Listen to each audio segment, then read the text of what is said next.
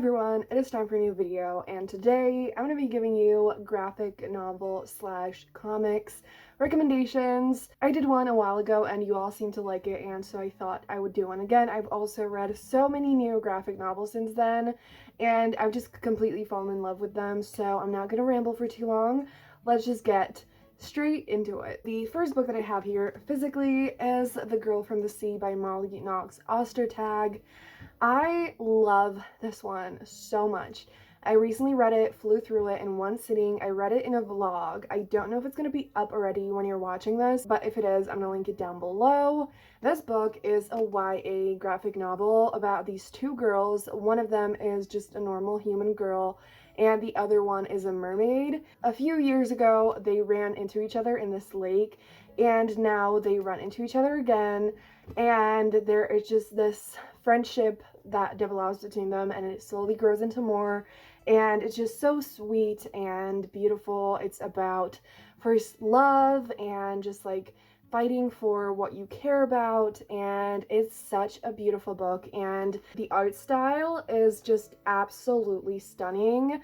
And like, even just look at the cover, like how beautiful is this? The next one I have here is very different, and this one is Blackbird by a lot of people by Sam Humphries, Jen Bartel, Paul Rainwan, Triona Farrell, Jody Wine, Dylan Todd, and Jim Gibbons. So I love this so much, but warning before you get invested, or this book is like the only one that I'm aware of, the only volume, and I looked it up.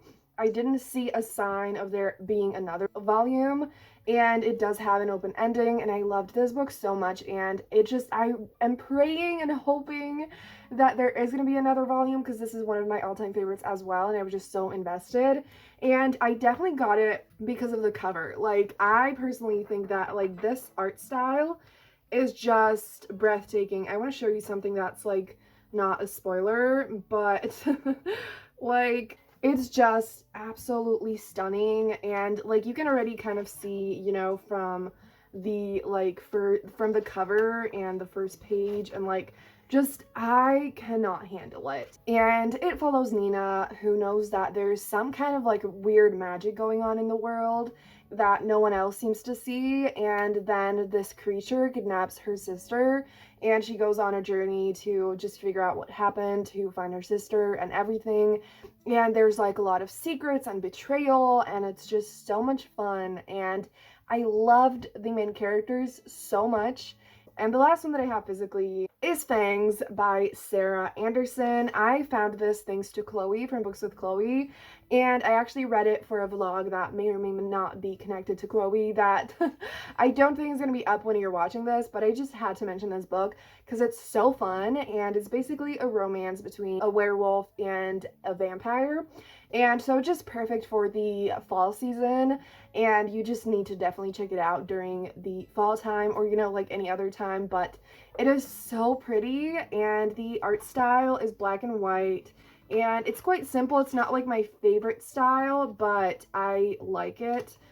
It looks like this, and it's just such a cute, fun little book that I completely flew through, and there's not really a lot of plot, and there's no angst really, but it's just this super cute romance that you definitely should check out. So the next book that I have to recommend is Cheer Up, Love and Pom-Poms by Crystal Frasier and Val Wise.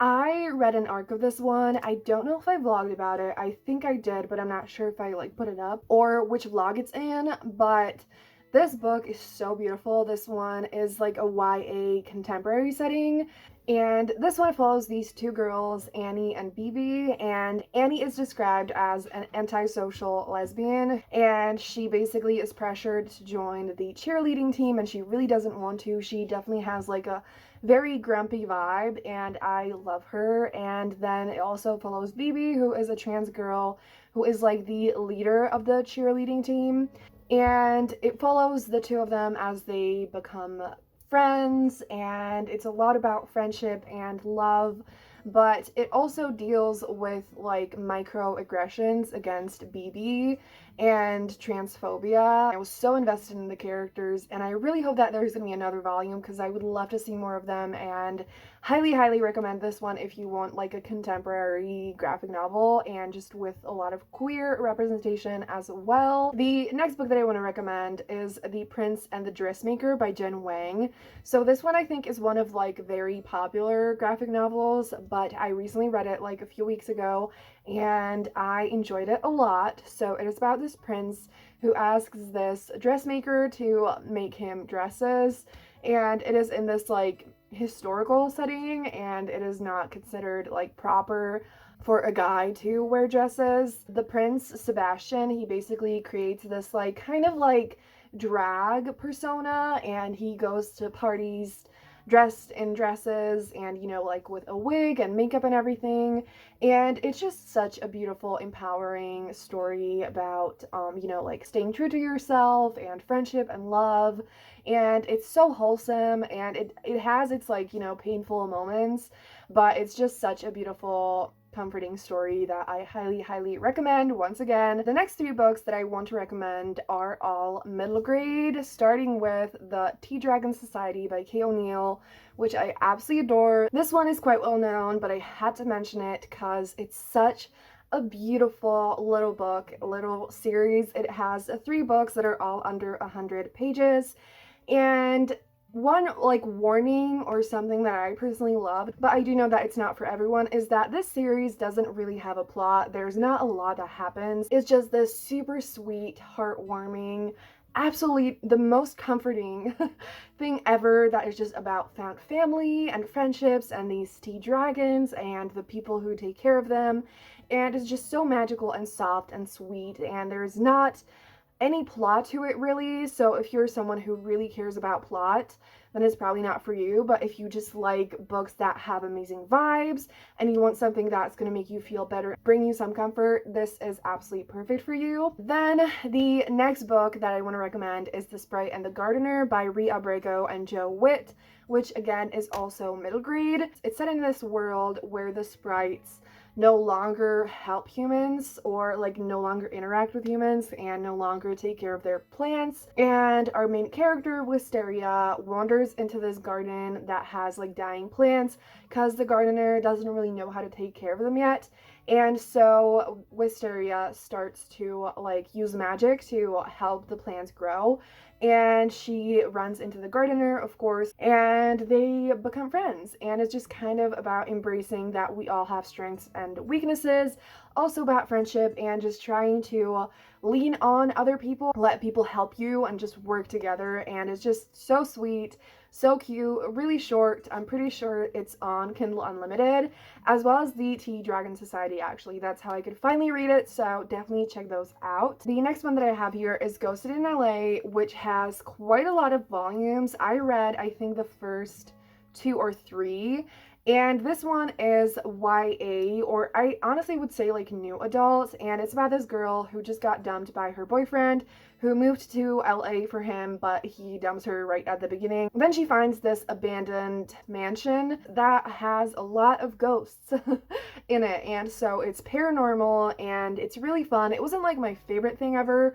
but the art style is so cool, and I read it last fall, and I highly recommend it if you want some like spooky fun books. But if you're like me and don't read horror or anything like extreme, then this is absolutely perfect for that. And the last one that I want to recommend is my first DC comic that I read, and that is Poison Ivy Thorns by Kody, Keplinger, and Sara Kipin. I read this literally yesterday, and it was really cool. It wasn't like fully for me, but again, if you want a book that is perfect for fall, definitely check this one out. It has these like dark gothic vibes because Ivy, our main character, you probably know Poison Ivy, and this is kind of like her origin story, slightly kind of, and it follows her as she is basically like trying to help save her mother's life, and her father is using her to like experiment on her to figure out a cure for her mom. There's also this other girl who has to move in to their mansion, so it's kind of like the two of them are forced to spend time together and they become friends, and it grows into more, and it's just such a cool story. And I love Poison Ivy from like what I knew of her, but I never really knew her story, or I never really knew like any details whatsoever. And this was really cool. I was so invested in the story, and I definitely want to find more comics that have Poison Ivy in them. If you have any recommendations, please let me know. I would love to see anything with like her and Harley Quinn, because I know that's a thing and I want to see more of it. So that is my last recommendation for now. Tell me if you have read any of these, or if you have any recommendations of your own. And if you made it this far in the video, leave a rose emoji or any plant emoji.